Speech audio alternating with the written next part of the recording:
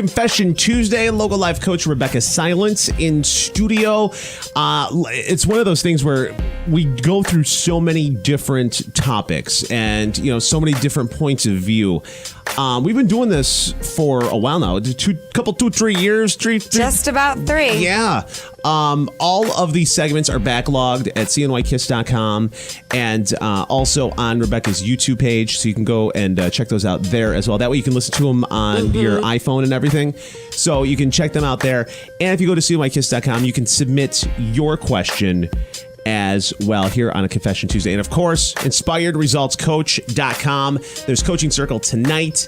And of course, Rebecca is available for corporate trainings and speaking engagements. And you too can be silenced by Rebecca Silence. I don't actually shut anybody up. I want you to have exactly what you want. That is the goal. Listen, there have been times where I've gotten text messages while you and I have been talking. Wow, you just got Rebecca silenced. I think that's hysterical. So, yeah. I don't know where that started, but I just want people to have Probably what they Gary. want. Because you can. It started by Joe Heichel. Really? Yeah, Joe Heichel. Yeah. That's funny. Yeah, that happened. By the way, Jack and Jill on Saturday. Yes. Costume party. All right, so you ready for... I'm ready. For round 2? Yeah, what do we got? All right. Dear Rebecca, I've recently met this amazing man. If I had a checklist for everything I want in a man, he is everything and more. It seems we want the same things out of a relationship. Shortly after meeting him, I received the news that my mom is sick. He's caring, loving, and understanding, though for some reason I've pushed him away. I've been hurt by men in the past, and I'm scared that I will eventually be hurt by him as well. I want things to work out with him so badly, but I'm scared it might be too late. How do I let him know that I want him to be in my life and not compare him to the other men that have hurt me?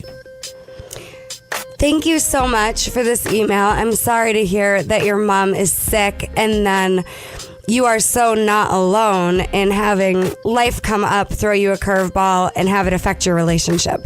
This happens to almost everyone because we have people that lose jobs, that lose family members, that just have life come up, and then of course it bleeds into the current relationship because that's the person that's usually the closest to you. And so in relationship, it's about vulnerability. It's about being real. This is what we were just talking about off air. Just being real, being honest, being myself, and seeing if the other person can actually handle that or not.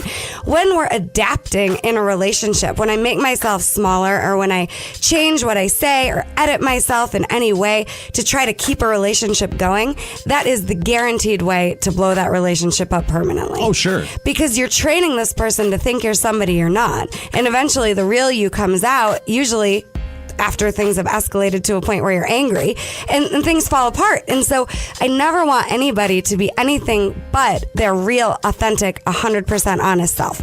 And so this email, I think actually having a conversation just like this email, here's where I'm at. This is what I'm scared of. That's exactly where you start. Just telling him everything you just told us. Just tell him the truth. My mom's sick. I'm noticing I'm pushing you away because guess what? He's probably already feeling that. And in my experience, when somebody acknowledges what I already know is happening, there's relief there, right? Like if you're just saying, yeah, I'm pushing you away, acknowledging it, then maybe he won't feel like, was I making this up or is this really happening? Sure. Because that energetic awkwardness is probably very present for him too. So if you just call a spade and say, hey, here's what I'm noticing. I don't want to do this. Here are my fears. That's a great place to start.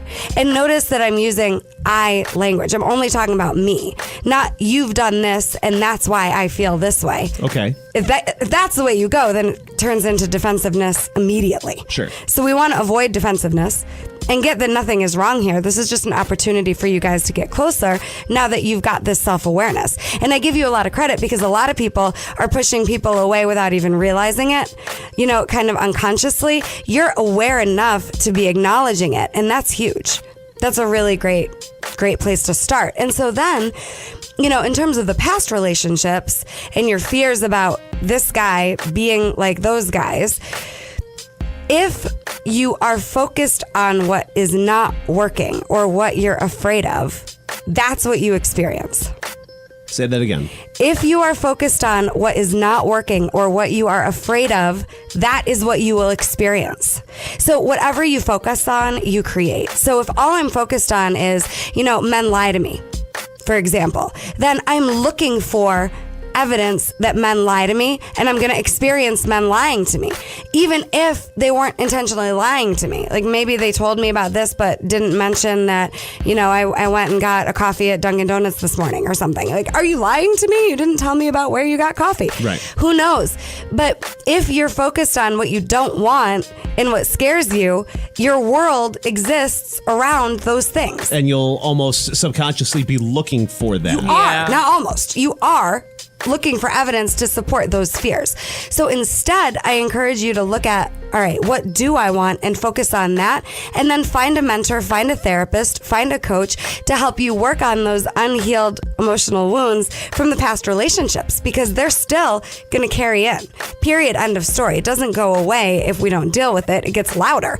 So the good news is you can focus on what you do want moving forward, knowing that this past exists and you want to handle it. But you're right on to not want to be, dealing with all of this with this boyfriend, like making it about him so you can relive all the old stuff so you can deal with it. And that's what most people do, is they bring their old stuff into the relationship, play it out again with this new person. No one's ever done that, ever. And wonder why it's history repeating itself. No way. So instead, get clear. Instead, get clear about a new goal, and then get someone to help you work through those old issues of betrayal or rejection or whatever it was that hurt that came up before.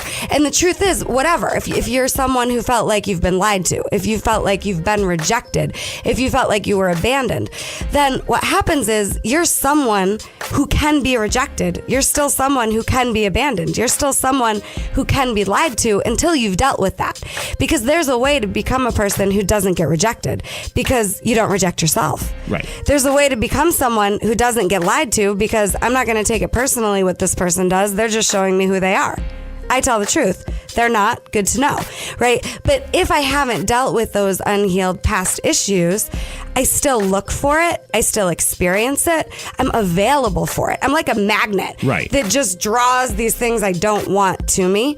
And there's no reason for that. So that's what we do in the coaching practice. And when I'm working with couples, I actually work with them individually as well as together for this very reason. Because there's a lot they're bringing to the table that has nothing to do with the other person, sure, that they're projecting all over the other person. And so we deal with it separate and then bring them together so that that past can be in the past and they can have a new experience right here, right now with each other.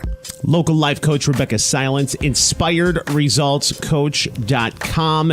And if you want to have your situation, your drama, your question handled on the air next Tuesday, go to cnykiss.com. Great. Homework would be just write a letter about everything you just told us, including what you want, like what the goal is.